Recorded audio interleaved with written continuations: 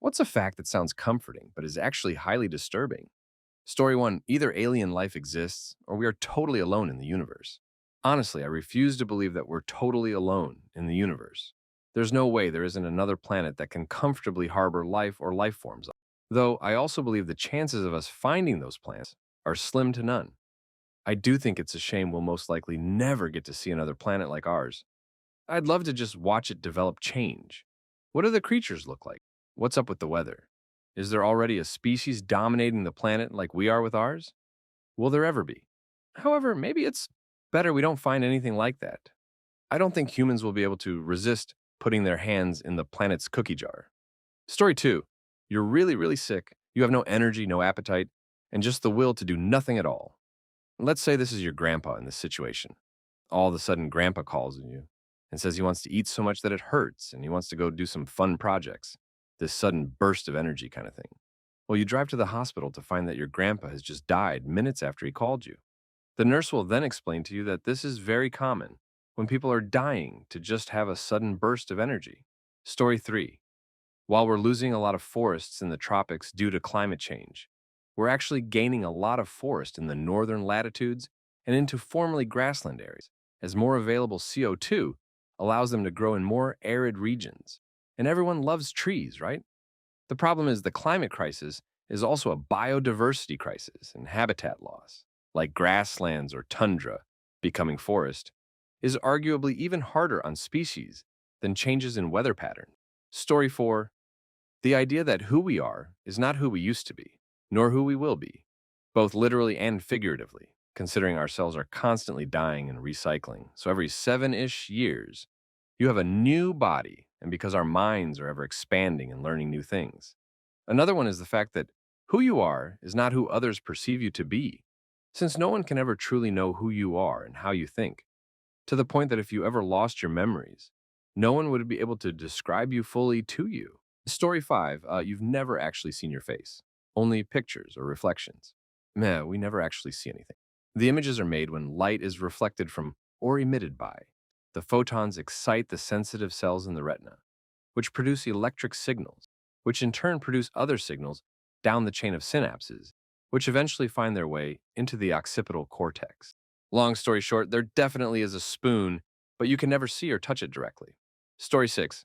There is no proof of life beyond our planet. Does this mean we are alone and that the whole universe is ours to explore and colonize?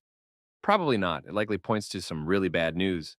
The Fermi paradox theorizes that we are proof of concept for life, and our existence indicates that there should be aliens everywhere, but well, there isn't.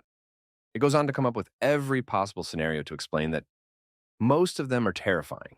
Maybe every society invents AI and goes full Matrix. Maybe every society develops a type of weapon system that accidentally kills all of them. We already have this. Maybe something wipes out anyone who tries to leave their planetary cradle. It goes on, and I could lose sleep to about 3/4 of the possibilities. Story 7. I know how you feel. No, you don't. Just because you've suffered the same situation doesn't mean you got the same results. And you're different, regardless of how familiar you want to be. You are still you, and I'm still me. And the end results will be different, so you have no idea how I'm suffering or not. Many things factor into how we survive something, and to say you know how I feel neither comforts nor is helpful. I'd rather you said nothing, if that is all you have. Story 8. There are 4 stages of total brainwash in a country. Demoralization takes 15 to 20 years to complete. Expose your ideology to your nation's soft heads. At the higher stage, the citizens of that country start brainwashing their own countrymen. Destabilization takes 2 to 5 years to complete. Does not care about your patterns. Essentials are attacked. Defense, economy, and polity. Crisis takes 6 weeks to complete. Bring a country to crisis in such a way that violent change happens, which is followed by the next stage. COVID-19 shortages, etc. Normalization, infinite period. This is tongue-in-cheek and cynical, because normalization means adherence of the enemy country to your own ideology. The people who were instrumental in bringing the enemy country to this stage are lined up against the wall and shot dead. America is in the final stage of complete takeover. Story 9. Stanislav Petrov caught an error in the Soviet radar that tracked potential incoming missile threats, which is why he didn't make the call for Soviet officials to deploy their nukes. The error was a result of the sun's rays aligning themselves a certain way, which made it look like missiles were coming towards Russia. Had anyone else been on duty, nukes would have been deployed just because of the sunshine. As far as I remember, the story was more complex. The radar was of a very new type and undergoing tests before being enrolled into active duty. Petrov was the expert, tasked with evaluating the radar's performance. When the thing went red, he cross-referenced the alarm with older and proven sensors, saw nothing on them, and recommended waiting for a definite sign of trouble, which never came since there were no launches. While he is a true hero, he was actually doing his job, one he was tasked with specifically as a precaution during testing of an unproven technology. Story 10. A water spigot is used to turn the flow of water off at the spout. But because your attention is required to turn it without looking like you don't know which way it opens, it also regulates your attention. If an umbrella worked that way, you'd need a change of clothes. The fact is actually that it regulates you, and no matter how much you don't like it, you have to go back to it every time you need water. It's a real thing. It's a really simple, disturbing thing in real life. Story 11. Life is short, so make the most of it. The reality is the statement is we all cease to be. I know it doesn't sound like much till you actually ruminate on the fact that this is a fact and we're all going to die one day. Facing death is like step one of almost all spiritual journeys, so it was a big thing for me to genuinely come to terms with the fact that one day I won't be here, and many have gone through this without it sinking in till it's right in front of you. I recommend you try it, reader. Doesn't matter how long it takes. Just put weight in the words. You're going to be dead one day. So how are you going to spend your time alive? Story 12. You did your best. It never is, honestly. But hearing someone say, you did your best, that's usually all it takes to keep me from giving up sometimes.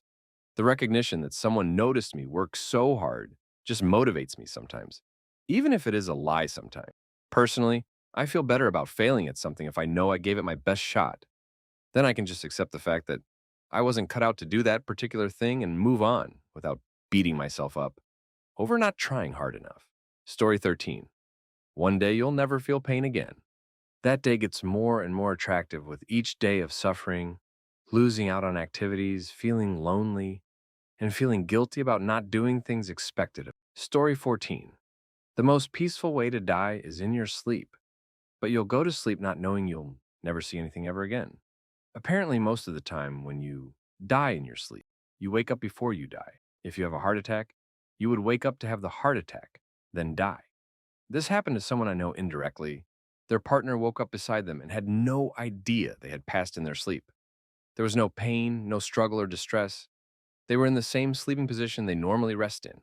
It was only once they'd come home from work that evening that they realized. Story 15. There are hundreds, if not thousands, of versions of you in the minds of other people, depending on how many people you have met in your life. You forget about people who just have knowledge about you. Parents tell their coworkers about their kid. If someone reads the name of an author, finds out about a celebrity, or just hears a name in passing, they will all have a perception of the person in their mind. Story 16. Most people don't die of old age. What even defines dying of old age, since most people at that age tend to die of things like strokes, heart attacks, Alzheimer's, and similar. So what even constitutes dying of old age? My next-door neighbor growing up, he lived to 98. One day he was standing chatting to my dad over the fence, laughing and very sharp mentally. Next morning, he just didn't wake up. Nice way to go. I posted above as well, but my husband's grandma passed at 94. She was sharp as a tack until the day she died. She'd regularly talk about her life growing up in Pennsylvania, about her children, about when my husband was a child, etc. It was incredibly interesting to talk to her. I didn't meet her until she was 88. She took a fall and was at the hospital recovering from it and doing fine. She woke up at 2 a.m., asked the nurse for an antacid because her stomach hurt. By the time the nurse came back, Grandma had passed. She lived a long, wonderful life surrounded by love. She got to meet 4 of her great-grandchildren. She passed quickly and peacefully, a life well lived. Story 17, I was at a BBQ yesterday, and my uncle told me, think about it one day, you went outside to play with your friends for the last time and didn't even know it. I grew up as a military brat. We moved around a lot. Sometimes we knew that we were going out to play with our friends for the very last time. The nice thing about the military community is you sometimes run into the same people years later in a totally different part of the world. My husband is a military brat, and now military himself. He runs into childhood friends all the time. I was just telling another spouse about this because She was struggling with the prospect of moving every 2 to 3 years. There is some comfort in knowing you have friends all around the world, ones who see you at some of the hardest times in your life, or maybe you help them through theirs. And when you see them again, you can often pick up where you left off because both of you understand the weird, transient life of being married to the military. Story 18, CPS is returning a child to their family. And it's by far the worst thing that could happen to that child. Ugh. My sister fostered for several years before adopting her son. She got to know a lot of people in the fostering community during that time. One of the most heartbreaking stories from that time was a woman who had fostered twin boys. They were placed with her at age 2. Their mother was addicted to drugs, and none of the family members could take the boys in. This woman, Nancy, fostered these boys for 4 years, and they were thriving. She was putting things in motion to adopt them when Mom came out of the woodwork and decided she was ready to be their mother. Because reunification is the goal in my state, the boys were placed back with their bio mother. The handoff took place at family court. The boys were screaming and crying as they were taken from Nancy and given to a woman they didn't even know. So the boys go with their biological mother, and within months, she realizes that parenting twin boys is difficult, and a 24/7, 365 job. She quickly returns to the drugs. Nancy petitions to get the boys back, and the judge denies it because she became too close to the boys. WTF?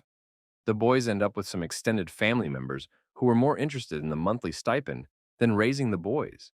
The years passed, and last Nancy heard both boys were in jail. Things didn't turn out well for them. How could they? The foster system is so incredibly broken.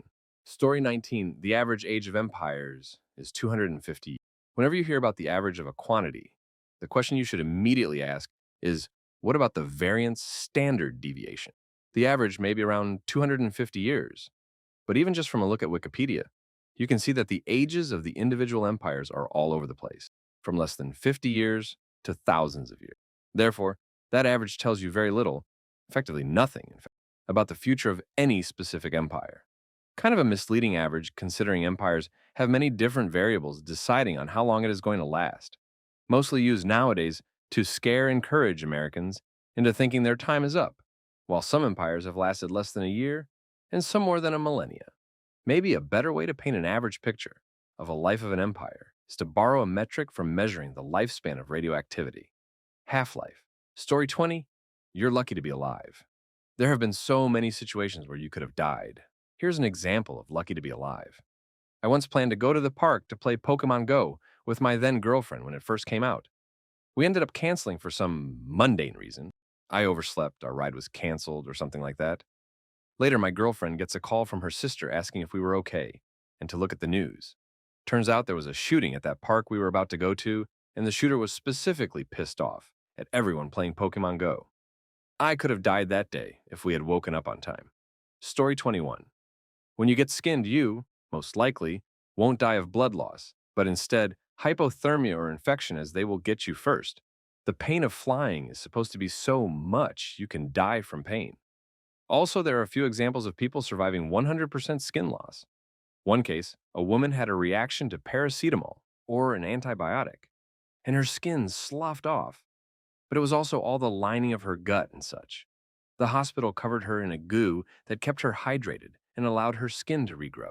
Story 22, that a lot of nuclear supplies and weapons disappeared after the end of the USSR.